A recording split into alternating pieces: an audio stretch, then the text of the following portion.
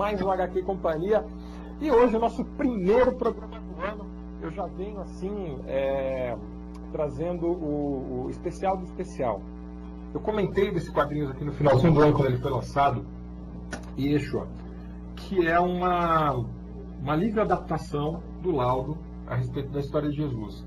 Ele fez uma adaptação baseada em pesquisa de 9 anos, ele começou a pesquisa para escrever esse livro em 2000, concluiu no final do ano passado, e baseado na Bíblia, baseado em um monte de outros textos, em algumas ordens esotéricas, inclusive Rosa Cruz. Ele pesquisou em vários lugares todas as informações que tinham, né? Evangelhos apócrifos.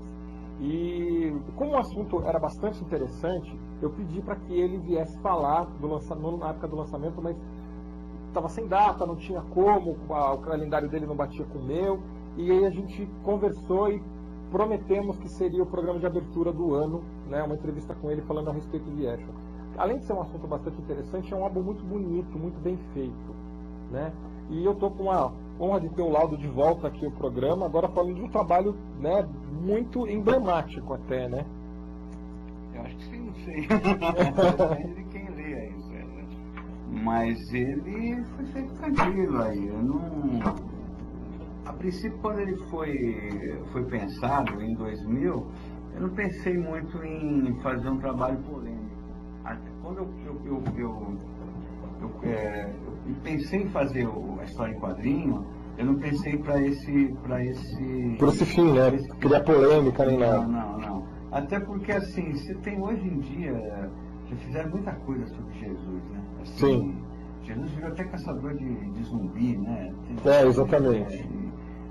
Teve uma peça na Broadway, acho que no meado dos anos 2005, 2006, fizeram uma peça que Jesus era um transformista. Então, assim, teve uma obra, não sei se é um cartunista grego, alemão, não é americano, que ele fez Jesus Cristo fumando maconha. Quer dizer, não tem o que você fazer polêmica do assunto. Então, a ideia era fazer uma história em quadrinho, nem por esse lado de chutar o pau da barraca, e nem um quadrinho religioso. Assim, eu não sou carola, nunca fui. Mas a ideia era fazer um trabalho mais sério, mais preocupado na figura de Jesus, né? A figura histórica, não a figura religiosa. Figura histórica. Você se focou mais em fatos históricos do que na mística religiosa em torno de Jesus. Olha, teve duas partes, teve 2 pontos que foram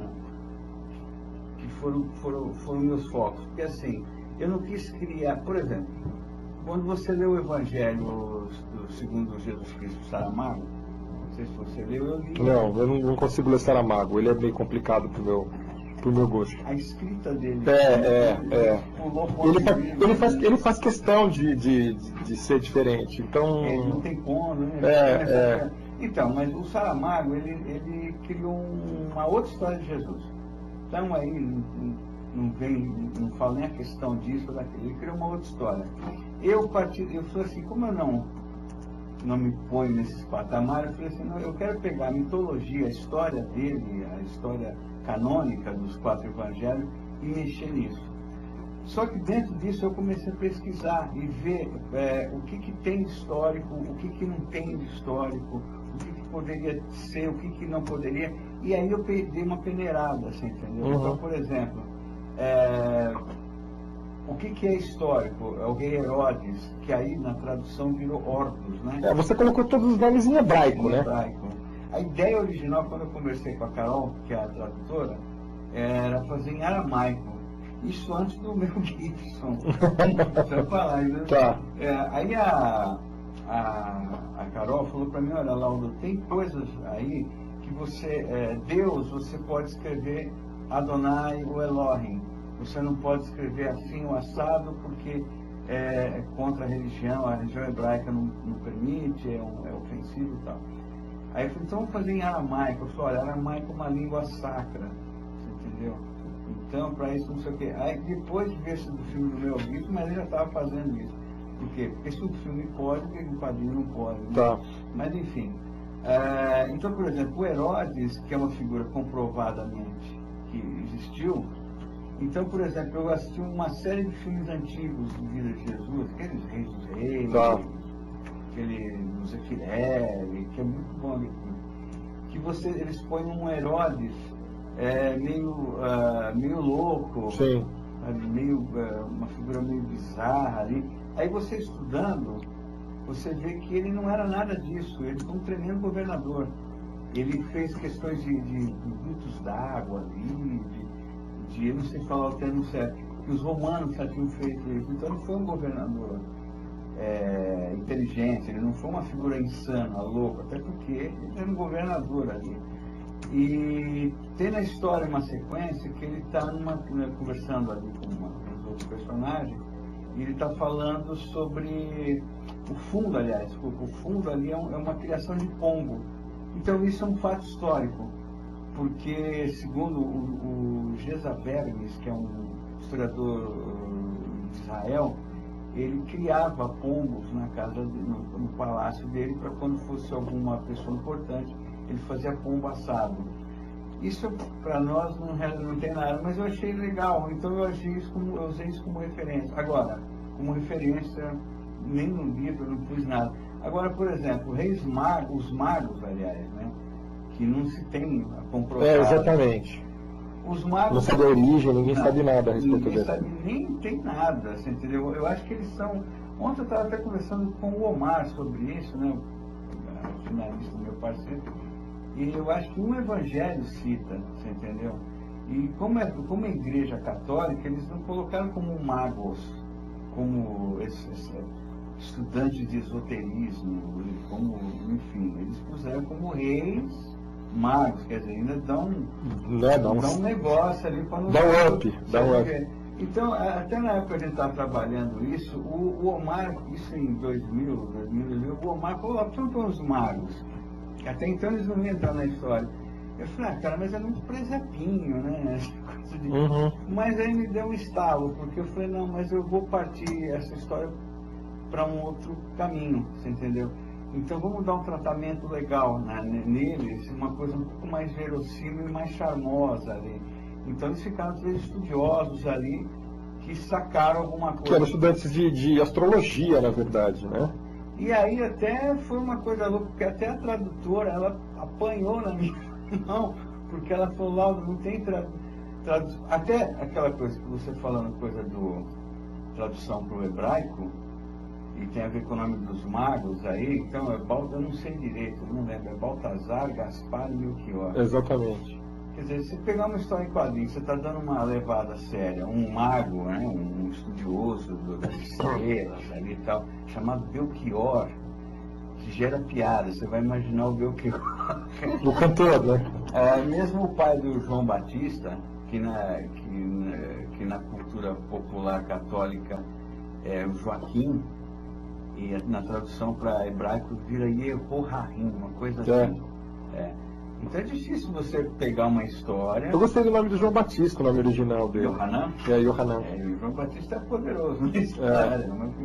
O João Batista é uma coisa... Então, só para concluir. Então, Yohanan fica mais plausível até para o leitor do que pegar um judeu da idade de 2000 anos atrás, chamado Joaquim, né? Não existe. Não dá isso. Então, partir por esse... O João Batista mesmo, ele é uma figura mais comprovadamente histórica de ter existido do que Jesus. Isso não. Tem um historiador, dá para dar palestra, eu li coisa pra caramba. Tem um historiador, não é um historiador, aliás, é um contemporâneo ali, ele viveu um pouquinho depois da época de Jesus ali, que é o Flávio Joséfos, que ele escreveu sobre a época. E ele não cita Jesus. Ele cita os seguidores de um suposto Jesus, entendeu? Agora, a figura de João Batista ali, ele cita várias vezes. Eu não li esse texto, eu li, é citado em vários livros que eu vi. Então, tudo isso eu pincelei na história em quadrinho, assim. Mas é quando ficou um negócio tão didático, você entendeu? Você dissolve isso na... Por exemplo, aquela coisa do assassinato das crianças. Isso não é comprovado histórico. E eu acho que, por exemplo, como é comprovado que o Herodes existiu, Acho que ele tivesse mandado matar uma região ali de vilarejos, matar pessoas ou matar crianças, acho que isso teria alguma comprovação histórica. Exatamente. Entendeu? Particularmente eu não acredito nisso. Entendeu? Como eu também não acredito que Maria gerou Jesus virgem. Mas você coloca isso dessa forma. Sim, mas, aqui, né? Então, ambos os casos, como objeto de história, é interessante, você entendeu? Porque, por exemplo, tem uma situação que ela é engraçada. Quando eu fechei, eu montei o primeiro volume, isso há uns séculos atrás, há uns anos atrás, a primeira pessoa que foi ler foi minha esposa. Aí eu dei para ela lá o calhamaço, o boneco. Ela leu, lá no tempo que ela levou para ler, ela falou assim: Lauro, mas você escreveu a história da Bíblia. Exatamente. Eu falei, Tanto é que você tem uma outra passagem do livro que me intrigou. Porque a Maria Madalena tem um evangelho escrito por ela, porque segundo historicamente, dados históricos dizem que ela era uma pessoa de família abastada, ela era filha única de uma família abastada, e ela teve acesso à educação, coisa que raríssimas mulheres tinham acesso à educação na época. Ela é supostamente uma mulher culta. E ela virou seguidora de Jesus, e não prostituta, como se diz. Essa coisa de prostituta veio no século II, século III, depois com o primeiro rei romano, o primeiro imperador romano que se converteu ao catolicismo. O Constantino. Exatamente. Ele fez uma encíclica onde ele definiu a religião. Ele juntou todos o clero, né, quer dizer, os padres e qualquer coisa que existiam ali, e ele definiu a religião. E ele colocou a Maria Madalena como prostituta. A necessidade de usar. Não, a figura feminina. A figura feminina na cultura judaica da época era uma figura muito forte, né? Não, assim, porque a figura feminina dentro da cultura judaica, ela não tinha muita relevância. A mulher não tinha muito valor, certo? Agora, o que acontece? Mas dentro do que eu vi, a importância da mulher, não como deixa eu tentar explicar melhor, não como matriarca, não como uma pessoa tomadora de decisões, mas ela compartilhava com o marido, lógico que a última palavra era sempre do marido, né? Mas ela tinha aquela coisa do respeito por ela ser a que gerava. Ela é a mãe. Exatamente. Ela é a base da educação. Família, exatamente. Ela só não tinha mais participação na comunidade, intelectual, politicamente, né? Tanto é que na vida de Brian tem uma brincadeira com isso, né? Que as mulheres eram proibidas de participar de apedrejamento, essas coisas assim, eram só homens. Aí na vida de Brian tem uma brincadeira com isso, que o cara tá vendendo pedra e vende barba escondido pra mulher que quer participar do apedrejamento. É divertidinho, né? Tudo usando barba pra jogar pedra no... Essa história da Maria Madalena, a Maria Madalena, essa história em quadrinho, eu acho que isso é um pouco da minha parte de criador e tal. Eu vi um pouco de quem fez Peninha e outras pessoas. A personagem feminina sempre é muito forte. É uma velha que está narrando a história. Exatamente. Que é uma mulher. O personagem dessa história é uma mulher. A personagem central é a Maria. E você tem a Madalena. Um dos pontos que ganhou muito o pessoal da DV, principalmente o Mauro, foi, primeiro a gente sentou para ter uma conversa, o Mauro, que manja pra caramba do assunto, ele virou para mim e falou: como é que você pôs a Maria Madalena na história em quadrinho? Ela é uma prostituta? Eu falei: não existe essa conotação deve ter sido prostituta. Tá. Agora o que acontece? A Madalena, por estudos, tem um Jean-Yves Leduc, que é eu tô bom, porque eu sou ruim para dar referência. Eu esqueço o que eu li. Ele traduziu um texto do aramaico de um suposto evangelho da Maria Madalena. E ele é um dos pontos do segundo volume, que aí você foca na história de Jesus e tal. Então, assim, a cultura católica, isso é uma opinião. Sim. Ela se mistura lendas com coisas. Então, por exemplo, ele fala assim: Maria Madalena é prostituta arrependida. É aquela ali que foi ser apedrejada, e Jesus falou assim: não perdoa, não peca mais. Que atira a primeira pedra quem não tem um pecado. Aí você vai ler, você vai estudar, isso é uma lógica. E que me desculpe os religiosos, mas... Você não tem religião, Laudo? Nenhuma? Não, nenhuma. Mas eu sou uma pessoa muito estudioso, mais do que... mas não tenho religião. Você não segue religião, mas... Não, você tem um doce... do budismo, mas eu tenho minha... Mas tudo não é religião. Budismo não é religião. É filosofia. Você tem certa religião? Religião não. Então leu neutro o resto. Sim, não, então, eu não defendo religião nenhuma. Agora essa pessoa chega assim, tá? A Madalena, prostituta arrependida, das pesadas. Se você pega o Evangelho para ler, eu li como já estudo, a mulher que vai ser apedrejada é uma adúltera. Vulgarmente falando, é a mulher que botou o chifre no marido, ali. Aí sim, dentro da cultura judaica da época, ela tinha que ser apedrejada. Não que tinha, mas foi uma adúltera, pega em flagra. Já que a Madalena era supostamente uma prostituta, tá tudo ok, pô. Ela tá... Exatamente. Então, você entendeu? Isso acabou se confundindo com o passar do tempo. E prostituta se arrependida, você entendeu? Dentro do texto canônico, o próprio Jesus fala, vai, não vai, que mais, já que as pessoas ligaram uma história com a outra, exatamente. Então, assim, misturaram alho com bugalho. Ele não fala para se arrepender. Então, assim, misturou. E esse Jean-Yves de Deluc, tem um livro dele que se acha em tradução brasileira, que ele conta que a Madalena foi a parceira de Jesus, não só na questão de ter sacado. Sim.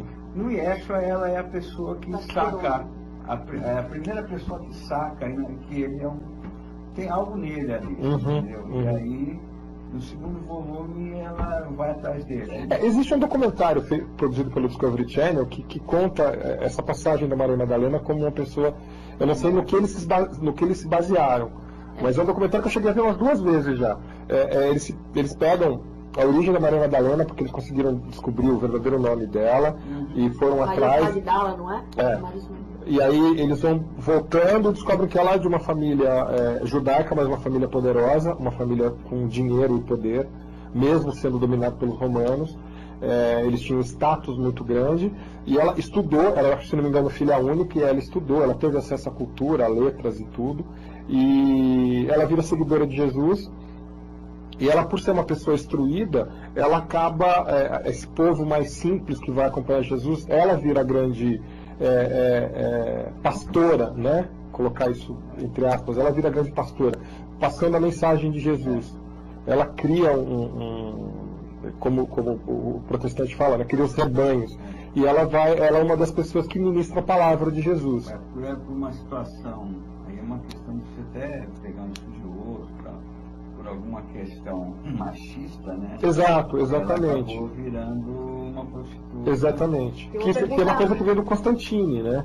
Veio do imperador Constantino, perdão. Constantino é aquele... É que eu tô lendo Constantine, desculpa. Temos até uma pergunta relacionada a isso aqui, depois eu vou perguntar do Banzé também, que é do Hugo Nani, que ele está perguntando se a pesquisa visual para a composição dos personagens se fundamentou em que biotipo específico? Se fundamentou em alguma coisa?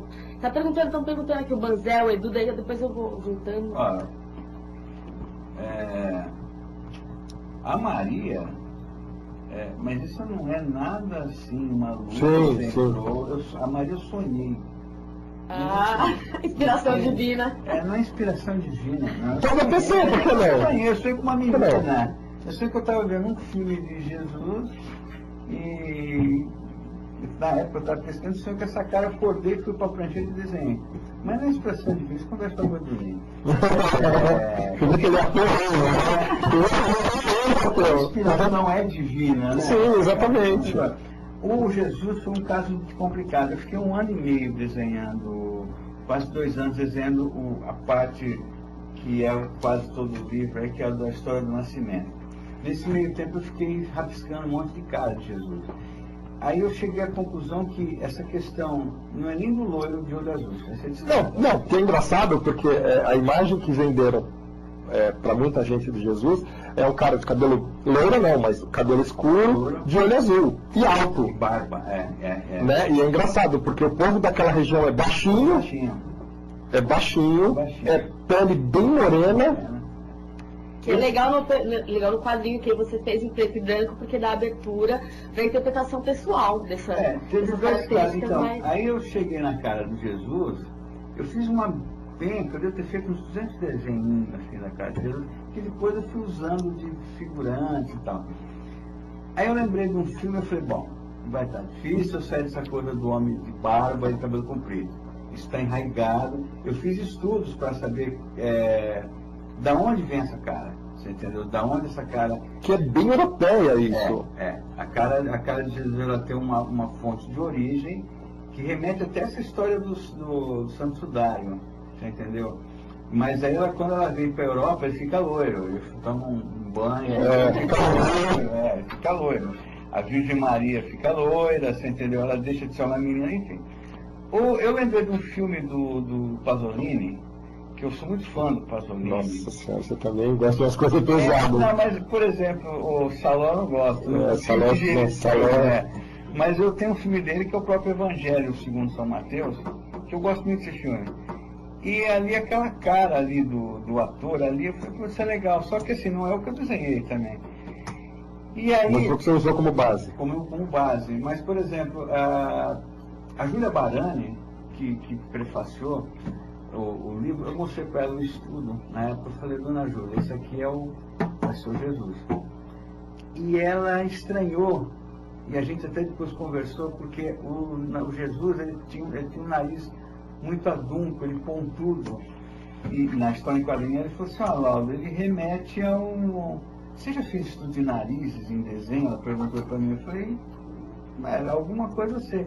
Porque esse tipo de nariz remete a vilão. Eu falei assim, e o meu Jesus não pode ter esse nariz. Você entendeu? Eu falei, então assim, por mais que você seja, a maioria, né, ateu, você não acredita nem na existência de Jesus, a figura dele está enraizada, assim, entendeu? É difícil você sair daqui. Tá. Aí eu acabei fazendo esse rosto que está aí, entendeu? Que me satisfez. Aí eu criei um cortezinho de cabelo ali nele, um jeitinho, ficou bacana. Toques pessoais. Tem a pergunta aqui, esse é pelo Adevir, né, editora do Eixo, então estou perguntando por que você desistiu de publicar sua obra na HQ Maniacs? Oh, yes. E lançamentos, querem saber isso aí? Da HQM, essa história da HQM deu fruto. Não, a HQM é o seguinte, foi uma coisa muito simples.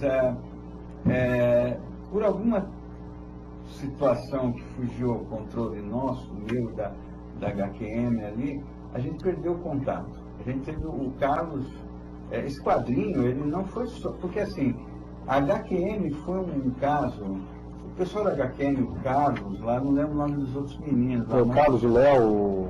o Luelinho, que eu não lembro o nome dele, mas o Carlos, pessoas assim, fabulosas, empreendedoras.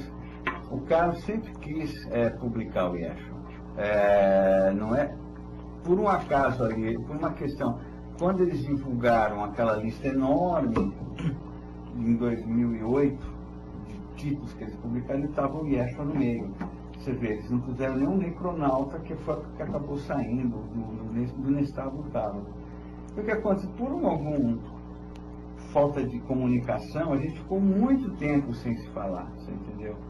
E acredito eu que o pessoal estava passando por uma reestruturação. E estava complicado isso, assim, não estava conseguindo eu falar com ele, enfim, não sei. E foi quando a Devir veio, você entendeu? E eu falei, bom, vamos fazer aí pela Devir, comuniquei com o Carlos, a gente fez. Mas no caso da Devir, até porque isso andou se falando muito, mas no caso da HQM, ou Sérgio, é porque ficou mais notório. Mas o Eixo era para ter saído numa meia dúzia de editores. Não é assim, por que não saiu com HQM, você entendeu? É que os caras da HQM anunciaram e depois aconteceu o problema ali, que eles ficaram um tempo, talvez trabalhando. Mas teve casos assim que hoje em dia nem vale ressuscitar. Ele teve aquele que falou a respeito, ele comentou. Mas teve caso até de outras editoras, você entendeu? Que passou na mão deles, enfim, foi um caso. Acabou se acontecendo com a Devir, tranquilo. Você já vai mostrar os lançamentos? É verdade, eu vou mostrar o lançamento. Olha, eu vou guardar isso aqui para você mostrar, tá? E eu vou falar dos lançamentos da semana de forma como eu fazia antigamente, porque meu computador está com problema de novo. Né? Se vocês quiserem ajudar um pobre apresentador de programa de história em quadrinhos a comprar um computador novo, que o meu está precisando, eu estou com entrevista atrasada aqui para colocar no ar, porque aquele computador funciona às vezes sim, às vezes não, mais não do que sim. Né? Bom, vamos lá, os lançamentos da semana. Chegando Scooby-Doo. Scooby-Doo número 62. Almanac do Scooby-Doo.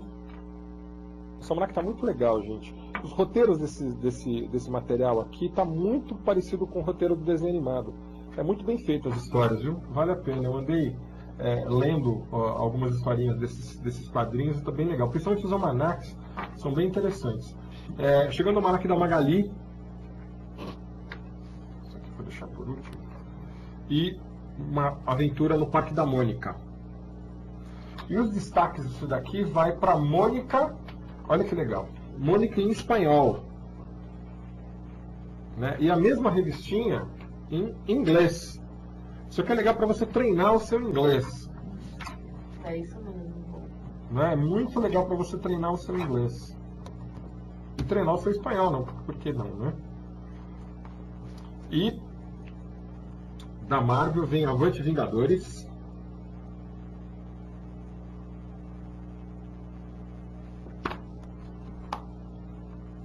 Wolverine número 61. E olha, eles já estão preparando o pessoal aqui para o Reinado Sombrio, ó. Já tem até a máscara do Homem de Ferro caída aqui assim no fundo, ó, tá bem? A nova saga. Os dois filmes passaram esse final de semana na TV. X-Men e o Homem de Ferro. O que aconteceria se...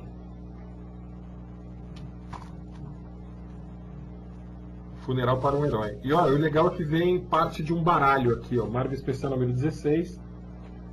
O que aconteceria se o Homem de Ferro batesse as botas. E o último número da minissérie do Hulk com Wolverine. Tá, isso daqui não é uma reedição daquele material que havia sido publicado pela Abril antigamente. Na verdade, isso daqui é da Ultimate, a série Ultimate. Né? Seria uma recontar a história de outra maneira do encontro do Wolverine com o Hulk.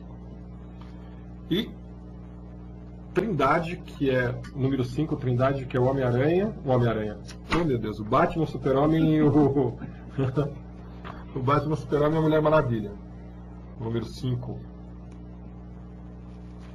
E Super-Homem e Batman, que vem até com o símbolo do Batman aqui para você pregar na porta do seu quarto. E uma coisa muito legal, gente, isso daqui, ó, é o número 3 do Batman, 70 anos, e ele vem com duas histórias muito interessantes, que é um material que quem queria tinha que gastar uma grana para achar em sebo aí, que é o Gotham City 1889 e o Pulp Fiction. São duas histórias muito legais do Batman. Inclusive essa capa aqui é a capa de Gotham 1889. Chegando Crise Final número 6. Isso aqui é a penúltima parte. Isso daqui está na minha listinha. Agora que eu chegar eu vou ler isso aqui. Que é uma coisa que eu simplesmente adoro, que é Lobo. Isso aqui é Authority com Lobo. Infeliz Natal. É do Kate Giffen, do Beasley. Isso daqui é sensacional. Só tem louco, né? O Grant Morrison. Só escolheram os piores, né, para estar aqui, né? E continuando com o material que está sendo lançado da Vertigo, está saindo Frequência Global número 1. Olha, gente, eu não tenho nem o que falar a respeito disso, ó. Capa dura, né? Do material do Warren Ellis, que dispensa comentários, né? Um dos grandes autores de quadrinhos. Isso aqui realmente merece. E o que eu vim lendo, que eu acabei confundindo, que eu vim lendo no caminho, que é um encadernado do Hellblazer, né? Que é do número 157 ao 163 do Hellblazer, que é congelado. Isso aqui é só o roteiro do Brian Azzarello, né? Interessante, bem interessante. Esqueci de falar dos mangás. Vou falar rapidamente dos mangás. Vampire Knight. Ouran, número 13. Trigun Maximum, número 9. Bleach, número 30. Ultramaniac, número 5. Né? Esses foram os lançamentos da semana. Que legal esse aqui. Esse material é lindo, né? sensacional. Tava vendo É isso. sensacional. Tem umas perguntas pro lado aí? Tinha pergunta do Não exatamente do Banzé? Tinha coisa do pergunta Banzé. do Banzé foi feita, você já respondeu, justamente já arcou aí. Eles estão falando o seguinte, galera que já está perguntando, ansioso pela continuação, do eixo, óbvio, né? Tá perguntando como é que tá a produção da sequência, se já existe uma previsão, se... Olha, a Devira me cobrou. Não, mas assim, o segundo volume... Isso quer dizer que está indo bem de venda, se eles cobraram que está indo bem. O segundo volume ele já está pronto. Já está pronto, quer dizer assim, já está desenhado. O que eu estou fazendo agora, atualmente, a gente já vem fazendo a produção do álbum, quer dizer, escanear o original, fazer balão, você entendeu? Eu acho que mais revisão de texto. Passar para hebraico os nomes que entram. Então, assim, eu acho que até março eu estou com isso pronto, você entendeu? Aí a gente encaminha para Devir e vê o tempo que ele... Mas dentro a minha intenção, e acho que da Devir, é lançar nesse semestre agora, entendeu? Antes de caminhar para o intervalo, acho que o Sérgio vai entrar no intervalo agora, né, Sérgio? Na verdade, não. Estavam falando aqui que está no intervalo. Tá. Enfim, Tá. em alguma página da HQ do Yeshua, a transição entre os quadros não é feita com a delimitação dos requadros, na verdade. Não sei se eu falo mais resquadros ou enquadros. Requadro. Parecendo um pouco com que o Will Eisner fazia em algumas páginas, enfim, foi proposital, teve inspiração em quê? Ou foi fruto de uma pesquisa grande acerca de música também? Mas são duas coisas, né? Assim, rapidamente.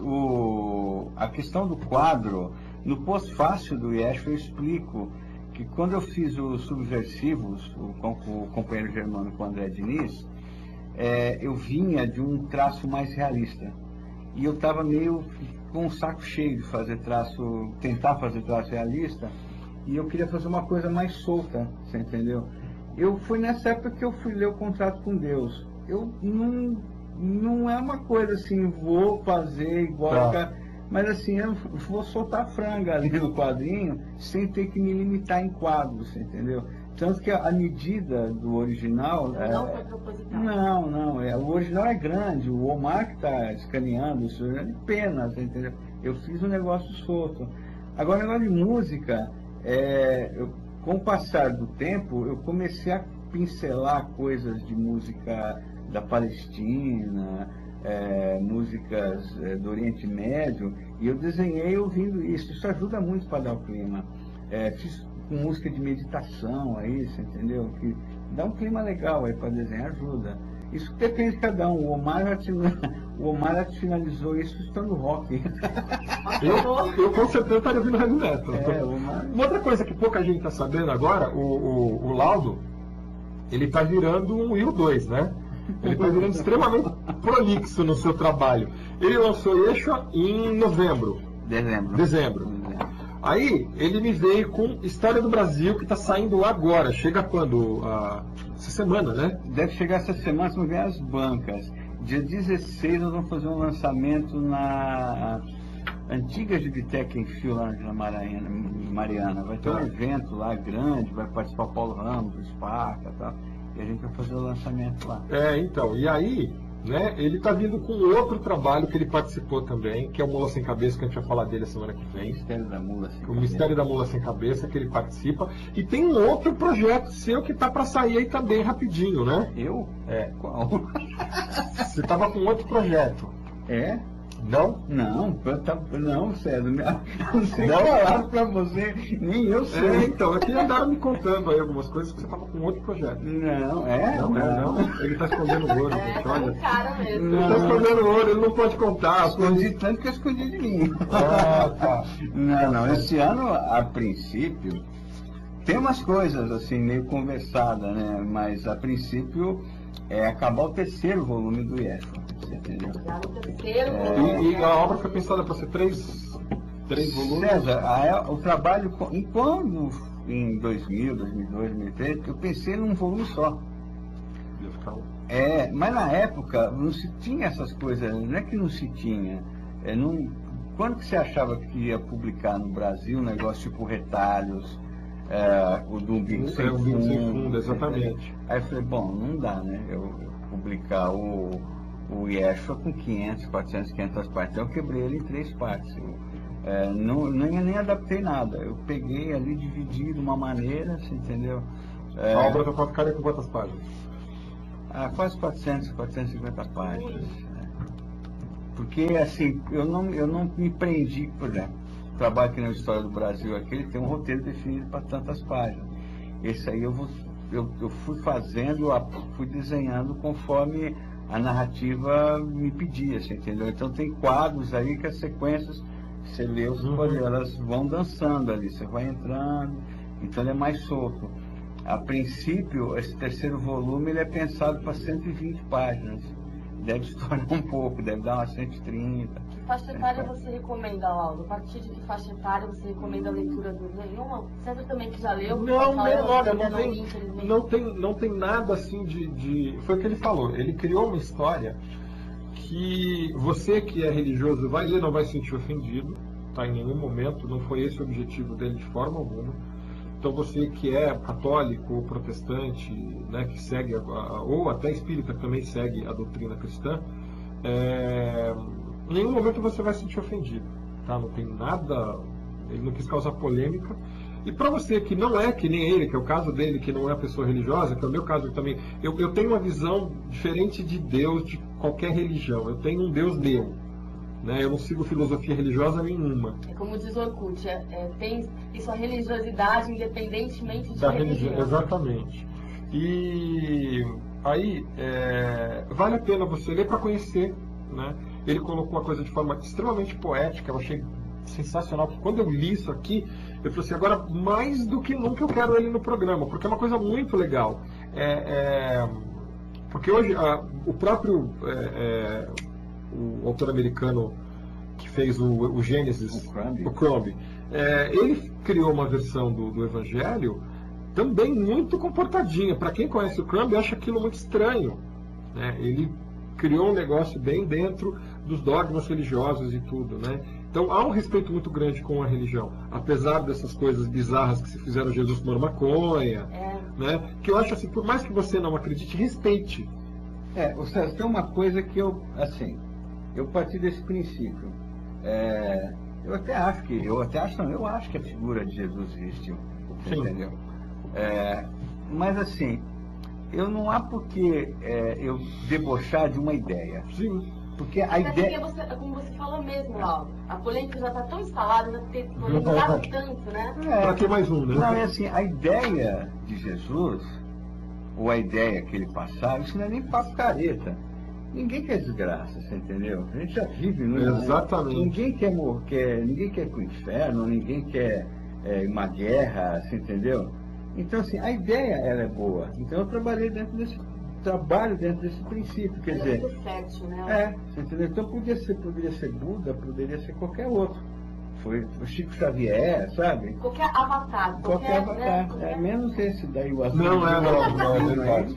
É verdade. Por sinal, eu até li um negócio muito interessante a respeito de Avatar, o filme do Cameron, que diz o seguinte, o cara falou assim que o roteiro de Avatar também é em 3D, a gente busca uma profundidade dentro do roteiro e tá difícil de achar. Que realmente, o filme, tecnicamente falando, é sensacional, mas o roteiro é bem... Fraquito. É muito... Como é que eu posso dizer? Ele é muito... É aquilo que a gente estava discutindo lá fora. Parte um prato de estopa. Exatamente. O vilão é muito vilão, é aquele cara mal porque ele é mal.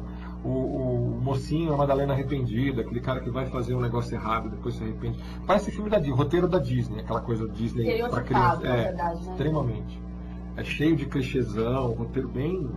Mas, tecnicamente falando, ele criou uma coisa que é sensacional. Eu, como animador, quer dizer, quase animador, Eu vi Beowulf e eu fiquei impressionado com Beowulf, com a técnica de animação, de tudo. E de repente eu ver esse filme que bate de bilhões a zero, tecnicamente falando, em Beowulf, né? Tem umas horas que você não sabe que é filme. Exatamente. Você não imagina que aquilo é animação, né? Toda a sequência de cenas, quando ele se transforma no avatar dele, que ele vira um dos nativos de Pandora, é sensacional. É sensacional. Em nenhum momento você vê aquilo como animação. E, sim, ele trouxe, em matéria de técnica, para o cinema, uma revolução. Então vale a pena por causa disso. Né? Com o roteiro, ele poderia, 14 anos fazendo, podia ter aprimorado o roteiro. Né? Por 14 anos. Ele ficou 14 anos esperando a tecnologia chegar num ponto onde ele pudesse fazer Ele guardou debaixo do braço até... Paciência. Exatamente. Ele ficou 14 anos esperando, que nem a continuação de Guerra nas Estrelas, né? Guerra nas Estrelas também. Ele ficou aguardando para conseguir fazer o que ele achou que a tecnologia não chegaria ao ponto de fazer o que ele queria fazer. E não foi melhor. Exatamente. Não é mais roteiro. Né? Que não foi o melhor de todos, né? O problema dele é falta de, né? Falta de profundidade de O roteiro é bem fraquinho, comparado com os 3 primeiros, é bem fraquinho. Eu não sei se eu vou ver Avatar. Olha, vale a pena ver em 3D. Realmente vale a pena ver em 3D. É sensacional. É de tirar o fôlego. Eu vi em 3D, certo? Coincidentemente. É de tirar o fôlego. Não é assim de eu dormir no meio do filme. Não dá pra dormir. O filme tem bastante ação. Eu dormi 5 minutinhos, mas não é por causa Mas você, como roteirista, você vai sentir falta de profundidade. Você vai ficar história mesmo? Cadê? Vai. Você tem assuntos, esse tipo de história, ele gera roteiros legais, se você souber. Exatamente. Souber fazer, gera histórias legais. Essa coisa do ficção científica e coisa espiritual aí gera uns tremendos filmes. Mas é que gerou um puta filme tecnicamente, mas do contrário. O outro filme que eu achei sensacional, que vocês devem ver, como dica aqui, Onde Moram os Monstros. Onde Vivem os Monstros, Onde Moram os Monstros. Onde Vivem os Monstros. É belíssimo. Já vou avisando, é um filme lento. É circuito tradicional de cinema. Circuitão. O filme é sensacional. O filme é muito bom. É realmente muito bom. Uma coisa para você pensar. É realmente muito bom. Eu até ia mostrar, vamos ver se a gente mostra semana que vem um trailerzinho dele, que eu acho que ele estreia semana que vem. Preciso até ver direitinho da estreia dele, que ele realmente vale a pena. Tem umas perguntas aí do nosso amigo? Por enquanto não, eu tava falando mesmo, tava comentando da história do Brasil, dessas coisas que a gente estava conversando aqui, se a música entrou como parte da inspiração dele, do trabalho, do Yeshua. É fundamental, né? Então, assim, é curioso, por exemplo, você ver vizinho meu lá do meu estúdio deve ter ficado louco, né? Porque tinha dias ali que rolava. Ainda, né? Quando eu estou trabalhando agora, eu ponho para ouvir, você pega umas músicas ali que... Música inspira mas não é música pop. É importante dizer, não sabe, tema Caminho das Índias, música indiana pop. Não, é música de raiz ali, música folclórica da Palestina. O Peter Gabriel tem um selo que ele só trabalha com música de cima, as coisas ali, mas dá o clima da coisa. E agora você assumiu isso como uma coisa para você trabalhar. Ajuda muito. Tem sequências na história. Por exemplo, você que leu, você leu? Sim. A sequência do nascimento e do batismo. É viajandão aquilo ali. Aquilo ali eu fiz ouvindo uma música sufi, que para os leigos a música é baseada numa meditação, que todo mundo já viu isso, que as pessoas ficam girando. Então, os sufis fazem isso. Então, o batismo ele é algo sufi ali, você entendeu? Teve pessoas que gostaram. Só para rapidinho, essa semana eu recebi um e-mail de uma moça que não gostou. Ela é religiosa, não sei se ela deve ser católica. Ela teve o trabalho de procurar o meu e-mail em blog meu e me mandou e-mail achando que eu tinha ofendido a imagem da Virgem Santa Maria, né? Eu respondi para ela, falei, olha, que bom que é uma crítica negativa, né? Só positivo. Só recebi críticas positivas. Eu falei, mas releia. Eu falei, a Virgem Maria da história, ela é heroína. Eu não estou Ela achava assim, porque você fez ela mais fraca. Não, eu falei, não, ela faz um caminho do herói ali, ela começa Mas fraca. a importância dela mesmo vai ser durante a pregação de Jesus, né? Ela fala. volta na segunda parte como uma mãe mesmo ali, que é o filho dela ali, não vale muito contar. Sim. O importante, até é legal falar isso, até para gerar uma expectativa. Esse primeiro volume ele é bem baseado no Evangelho. O segundo ele já está um pouco mais solto, você entendeu? Quais foram os textos que você usou? Você falou que usou muita coisa apócrifa para você ler bastante. E aonde que entra mais essas coisas apócrifas? Entra no segundo e no terceiro? Ou ficou mais como base conhecimento geral? Ficou como base, alguma coisa da sequência. Tem uma sequência que nesse primeiro volume que aparece a Maria bordando. Aquilo ali é baseado no texto apócrifo. A cena, como que a Maria estava, é baseado no texto apócrifo. Mas você pegou esses textos apócrifos dos que não entraram na Bíblia, porque tem muita coisa que foi produzida na mesma época que os apóstolos escreveram, os evangelhos, e que não entrou, as igrejas, né, tanto a católica quanto a protestante, acabou tirando coisas que não considerava relevante, né, e tem muita coisa que foi escrita muito tempo depois. Você vê, por exemplo, tem uma sequência que o José sai desembestado lá que ele deixa a Maria na gruta, e ele sai correndo para buscar uma parteira. Aí ele vai sentindo no quadrinho, né, foi a forma que eu usei, ele vai sentindo tudo desaparecer. Aquilo é baseado num texto Rosa Cruz, que a gente conversou disso. Que no texto Rosa Cruz, ele fala que na verdade ele sentiu o ambiente parado e como se ele sentisse a presença de Deus. E ele muito insignificante ali, diante uma... Eu achei muito bonito aquilo, você entendeu? Independente de crer ou não crer, achei a literatura muito bonita. Aí eu usei isso na história em quadrinhos. Agora vem uma pergunta que essa eu não posso deixar de fazer. Apesar de não estar no terceiro, de estar no terceiro provavelmente, você vai contar... Ele morre no fim.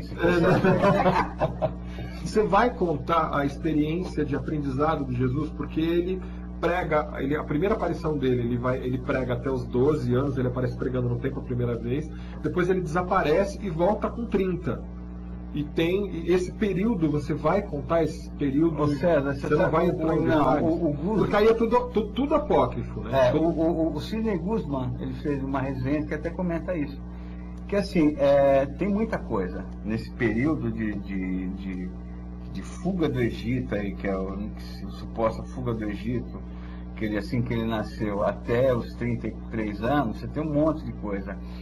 Eu até pensei nisso na época, você entendeu? Só que aí essa obra ia acabar ela daqui a 20 anos, você entendeu? Agora você fala especificamente desse período adolescente, de viagem. Exatamente, porque tem um monte de evangelhos que contam que ele foi estudar na Índia, que ele foi para o Tibete, que ele foi para o Egito. O próprio Rosa Cruz. Que ele falou que ele participava de retiros, não, de cultos da Grande Fraternidade Branca, que é a ordem que deu origem à Rosa Cruz. Não, tem alguma coisa que eu cito disso no terceiro volume, porque eu já fiz o roteiro, você entendeu? Mas ele entra como... ele é falado como parte de diálogo, você entendeu? Eu não abro um parênteses no decorrer da história, você entendeu?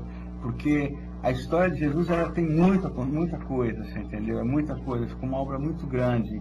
Então eu pulei essa parte, entendeu? Agora, no segundo volume, eu tive uma liberdade, acho que por eu já ter passado 3 anos desenhando esse, eu já estava meio que lidando tudo como meus personagens, entendeu?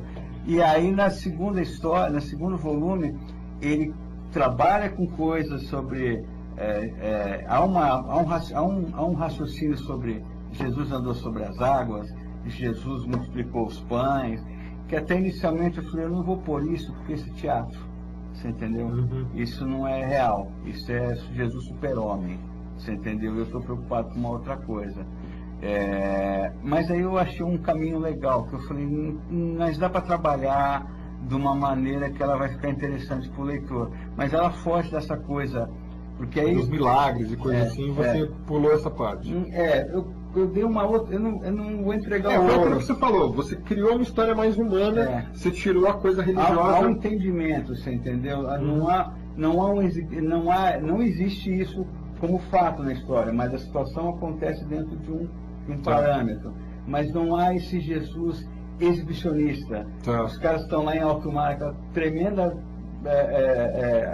tempestade no mar, e vem ele lindo andando. Isso é teatro, você entendeu? Tá. Eu não acredito nisso. Parte da história para aprender o Nenhum leitor vai acreditar nisso, entendeu? Então, assim, mas eu achei que... O religioso sim, né? O religioso, O sim. que leva fé da letra, a Bíblia, né? Mas acho que eu não estou muito preocupado em agradar religioso. Mas, assim, eu acho que o religioso, se ele ler, quando sair esse segundo volume, ele não vai torcer o nariz. É uma outra interpretação. Eu prefiro trabalhar com isso, você entendeu? Porque até a questão de multiplicação dos pães. Assim, você imaginar um tremendo... O cara pega meia dúzia de pão e transforma... O cara é uma padaria ambulante, né? Sim, então, assim, sim. há isso dentro da história, mas dentro de um outro contexto, você entendeu? Aí é o contexto mais humano e até mais espiritual, porque você mostra de um jeito, vamos dizer assim, mais espiritual no sentido de tocar mais do que meramente teatro, né? Vamos lá, um monte de pão, vamos andar... Tá. Bom, gente, nosso programa chegou ao final. Quero de novo agradecer a presença do mestre Laudo aqui. E para você que não conhecia Yeshua, né, como ele mesmo falou, o objetivo aqui não foi contar uma história, né? E digo que isso aqui está muito bonito, está muito bem feito. E vale a pena, realmente vale a pena. Agora, esperamos ansiosos os 2 outros volumes, que esperam sair esse ano ainda, né? Se Deus quiser. Obrigado, gente. Obrigado por mais um HQcia, por mais um ano começando. Espero que esse ano novo venha com muita paz, que a gente está precisando bastante aqui. A gente começou o ano muito mal, né? Com muita tragédia no Rio de Janeiro.